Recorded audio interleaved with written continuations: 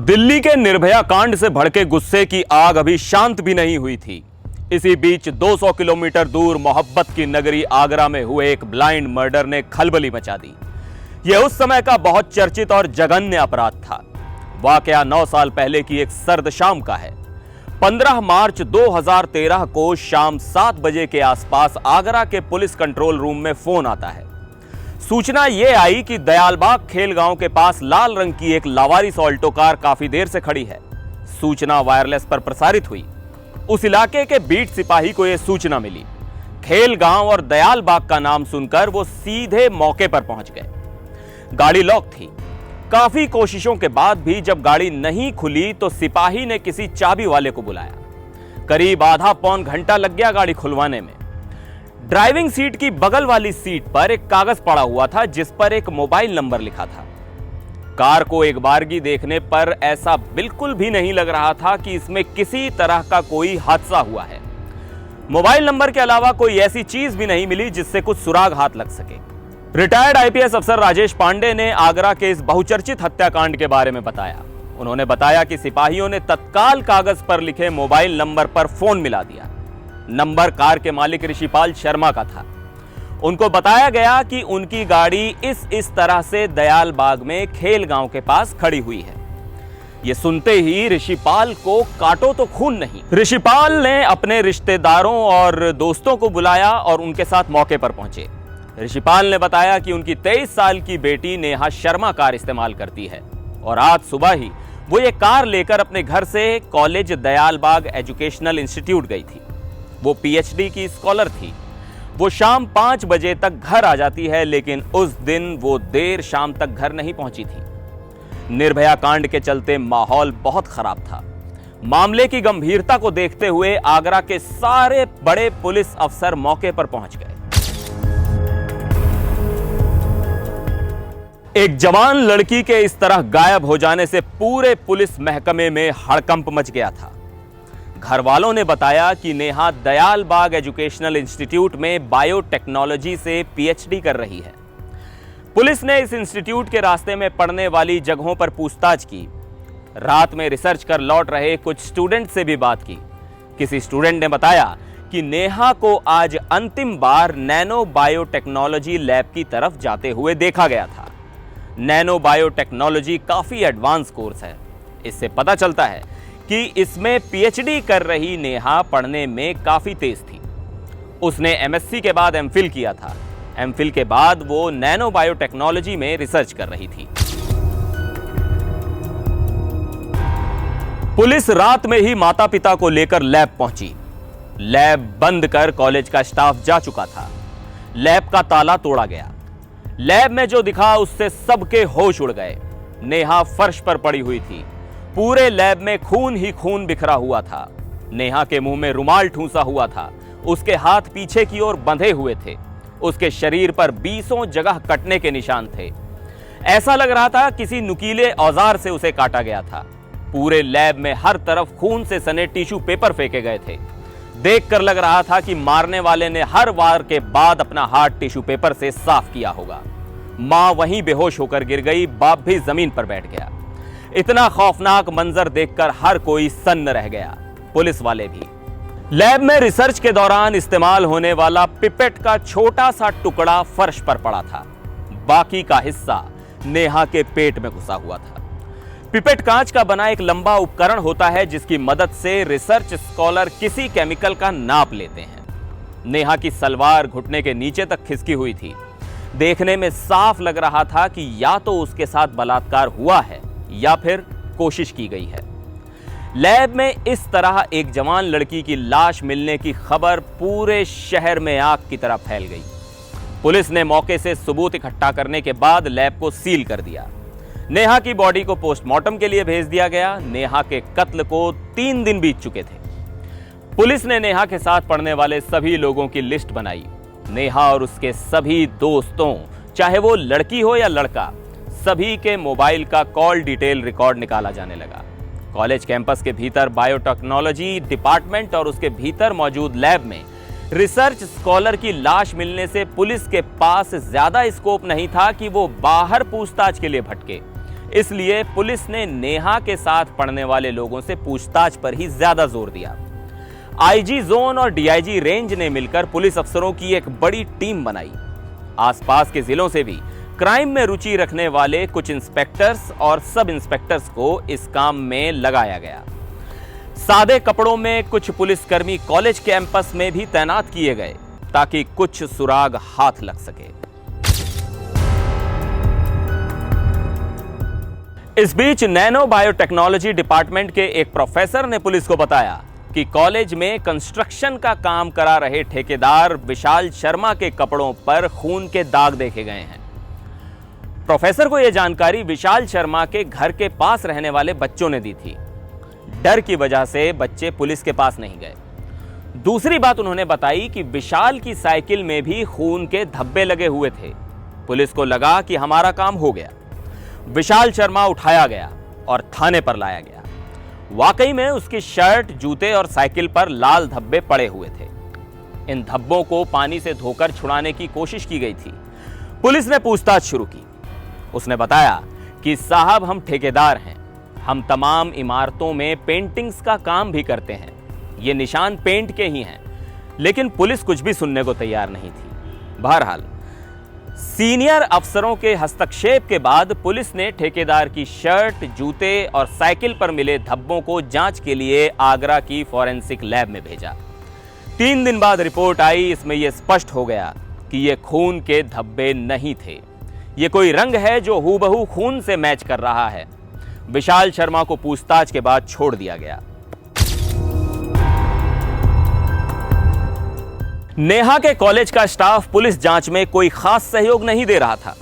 नतीजतन 15 दिन बाद भी पुलिस के हाथ कोई ठोस सुराग नहीं लग पाया था।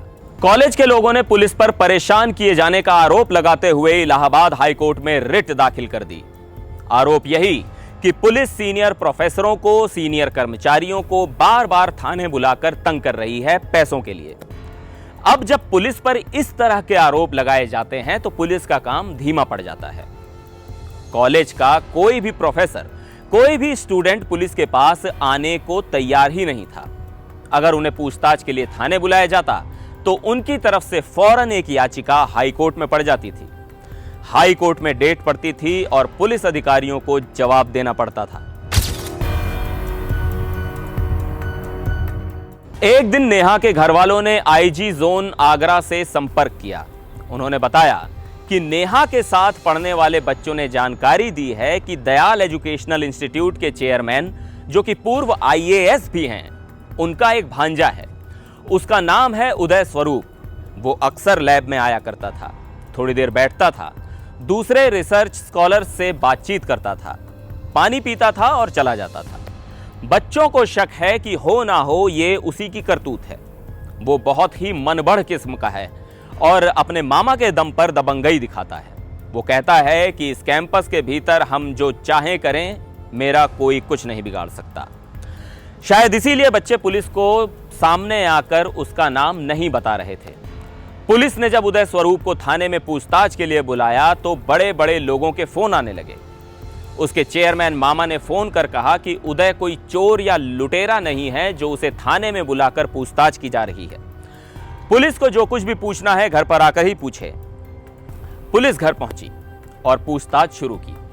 उसके सारे सवालों के जवाबों से यह लगा कि वो नेहा को जानता ही नहीं है। पूछताछ से पुलिस को भी लगा कि उदय का इस मर्डर से कोई वास्ता नहीं है। कॉलेज में सादी वर्दी में तैनात पुलिस वालों ने धीरे धीरे छात्र छात्राओं से बातचीत शुरू की। सबने शक जताया कि यह उदय की ही करतूत हो सकती है।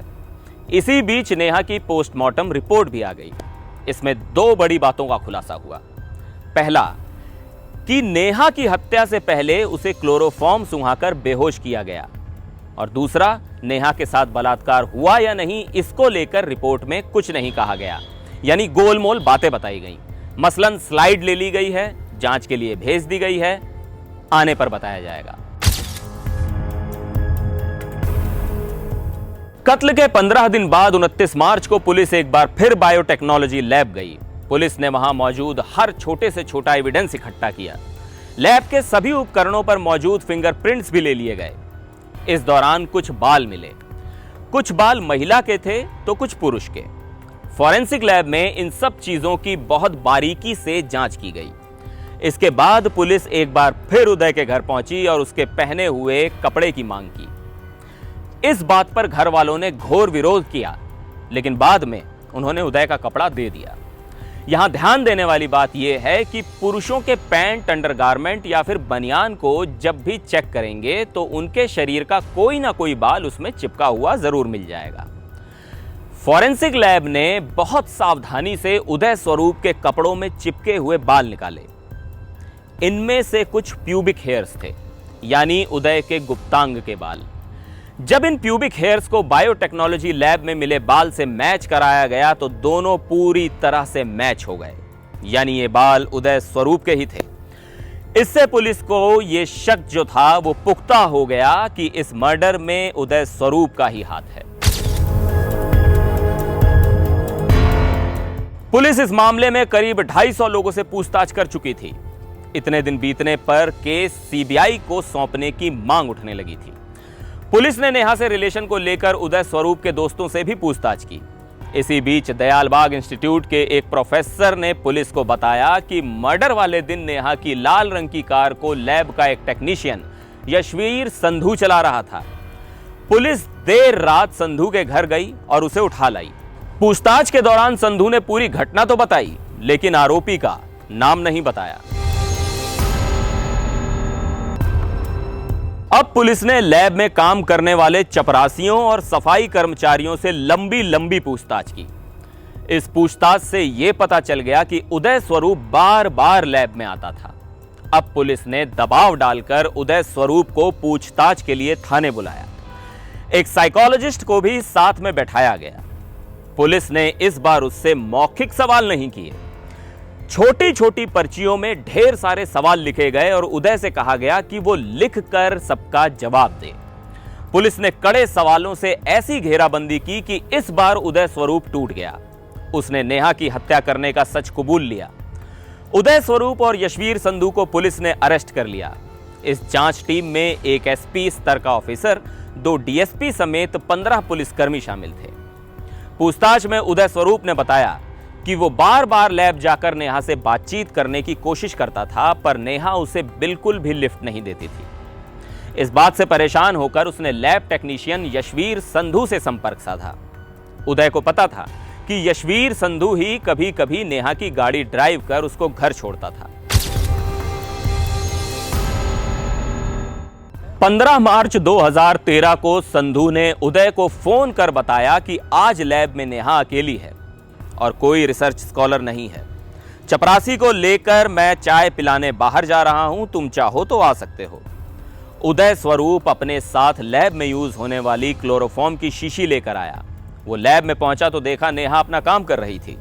नेहा ने उसे एक बार फिर नजरअंदाज कर दिया। उदय चुपके से नेहा के पीछे आया और अपने रुमाल पर क्लोरोफॉर्म डाल दिया और एक झटके में रुमाल नेहा की नाक पर रख दबा दिया। थोड़ी ही देर में नेहा बेहोश होकर फर्श पर गिर गई। उदय ने अब नेहा के मुंह में रुमाल ठूंस दिया और उसके हाथ पीछे से बांध दिए। इसके बाद उसने सलवार उतारने की कोशिश की, पर शायद क्लोरोफॉर्म कम तीव्रता का था, इसलिए नेहा पूरी तरह बेहोश नहीं हो पाई थी। उसने उदय की हरकतों का कड़ा प्रतिरोध किया।